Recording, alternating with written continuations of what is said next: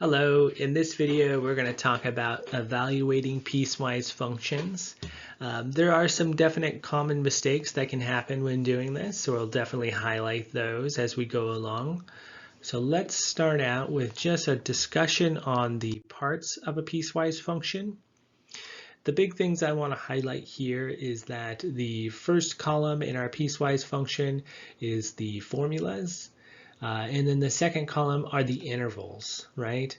So if I were to read this piecewise function, I would just look at it and say, okay, f of x is equal to x plus 3 specifically, right, when my inputs are less than 3. So that's what that whole row is telling me. And again, if f of x is equal to this bottom row, 5x minus 7, that's specifically when the inputs are greater than or equal 3. So let's go ahead and try this process together step by step. So I want to try evaluating f of 1 into this function, or finding out what f of 1 equals. So what I'll do initially is observe that the value inside the parentheses in this notation is my input, right? So 1 is my input value. I'm going to take that information to the back half of my piecewise function, to those inequalities that we just observed. And I'm going to ask, is 1 less than 3? And I'm sure you're nodding yes right now. 1 is indeed less than 3. So that means from that, we're going to be using this formula here in the same row as that inequality. So since 1 is less than 3, we are going to be using this formula 2x plus 3 to plug in 1. And I believe that is our next step here. We're going to plug in 1 in our function. Everywhere there was a 1 in that formula, 2x plus 3, everywhere there was an x where that 2x plus 3. And then we're going to simplify. So I think I have that specifically as our next step. So I'm going to go to that slide. Our next step here is to simplify f of 1. And here, 2 times 1 is equal to, and if I add 3, I'll get 5. So that is simplified as much as we can. And we see that f of 1 in this piecewise function is equal 5. So let's go ahead and have you pause the video and try out this process to find f of negative 1 and f of 3. Great. So hopefully you tried this out. Right away I'm going to observe for f of negative 1. Negative 1 is my input value inside the parentheses. I'm going to go to these inequalities back here. And I'm just going to start at the top and ask, is negative 1 less than 3?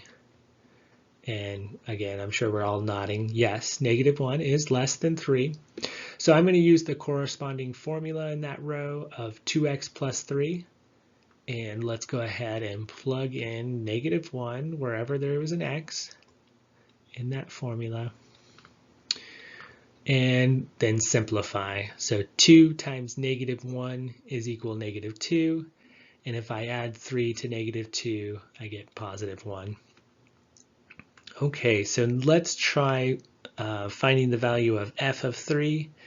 Here, 3 is my input, so I'm going to go to the inequalities. And so if you were to start at the top, you'll ask, is 3 less than 3? And that should sound wrong, right? It sounds silly. 3 is definitely not strictly lesser than 3. And so we're going to go to the next inequality and ask, is 3 greater than or equal 3? And 3 is definitely equal 3. So this guy right here is the inequality that we're going to use. And we're going to, use this corresponding formula here, 5x minus 7. Excuse me. So let's go ahead and plug in our 3 and simplify. Oops, that is a sad looking 5. So we have 5 times 3, which is equal 15, and we need to take away 7 from that. We'll get 8. All right, so let's discuss some common mistakes. Mistake number 1 is when you're approaching a piecewise function, we're not being selective in which formula we need to use. And we're going to go ahead and just plug in our -1 for this example into every single one of those formulas.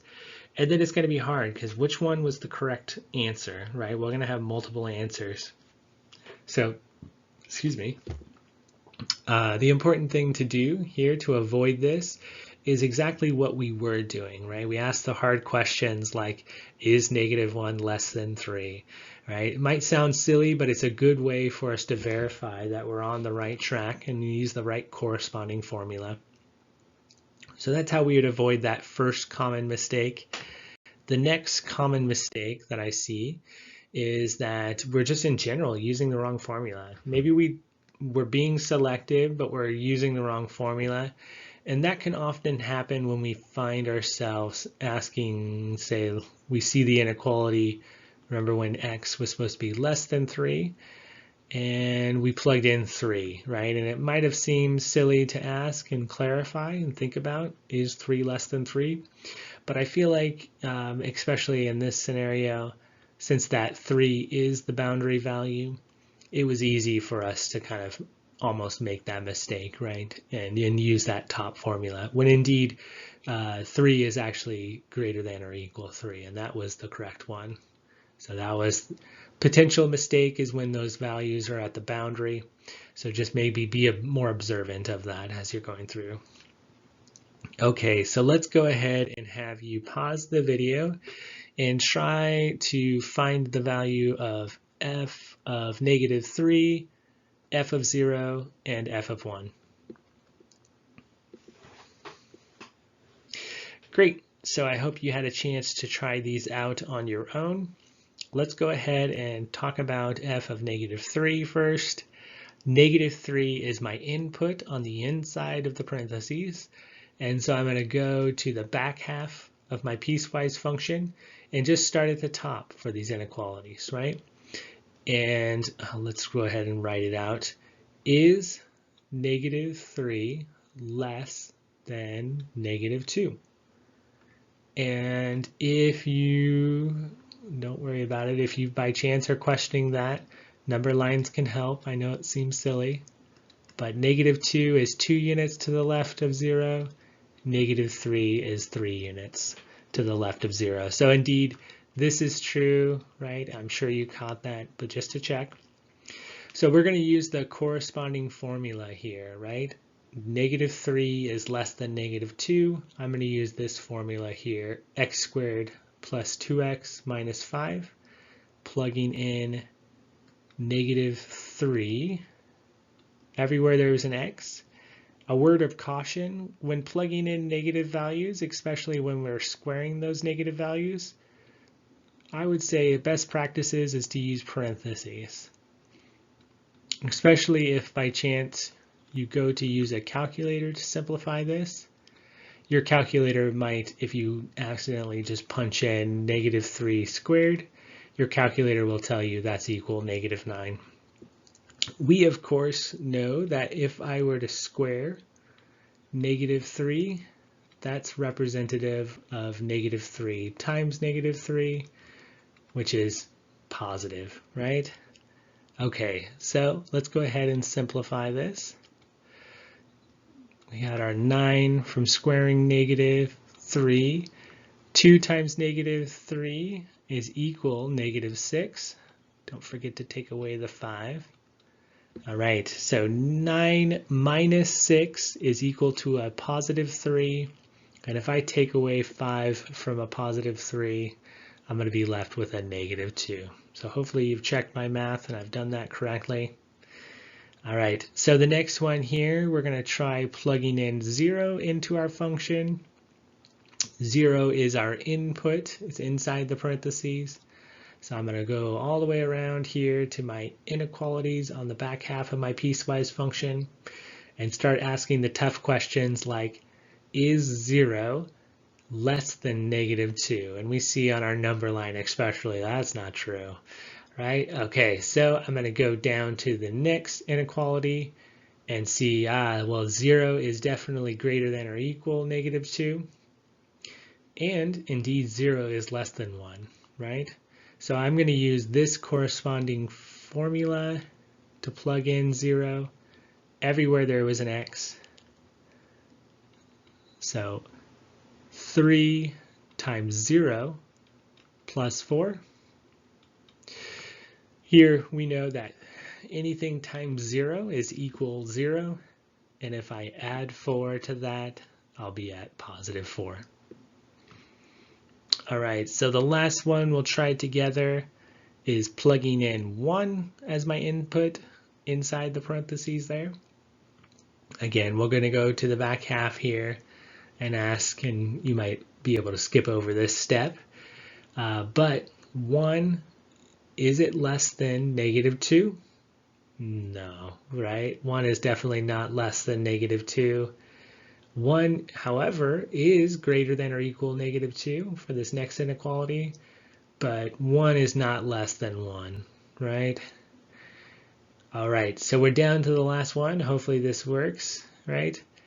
Is 1 greater than or equal 1? And you probably are nodding your head. Yeah, that's the one that I would have picked. Okay. So here, the corresponding formula just says 7. And I feel like this can definitely feel weird, right? Because there's no x for us to plug in the 1. But it's nice, right? We don't have to do any simplification because f of 1 is just equal 7. So great. Hopefully you're able to practice this with me. Let's go ahead and summarize what we've talked about today. So it's definitely important to right away identify which piece, right, or which formula we're using with this piecewise function stuff. And on top of that, right, we're only going to be using one of those formulas. Remember, that was one of those common mistakes that we see happen. And then it's a simple process of just simplifying after that. Another thing that we highlighted, right, was to pay special attention to those inequality symbols, right? Specifically, if you remember, right, 3 less than 3 was a common mistake that we could use or kind of do, sorry. So definitely observe, right, that 3 is less than or equal 3. Then that would have been the appropriate formula for us to use. Thanks for watching. I hope you have a good day.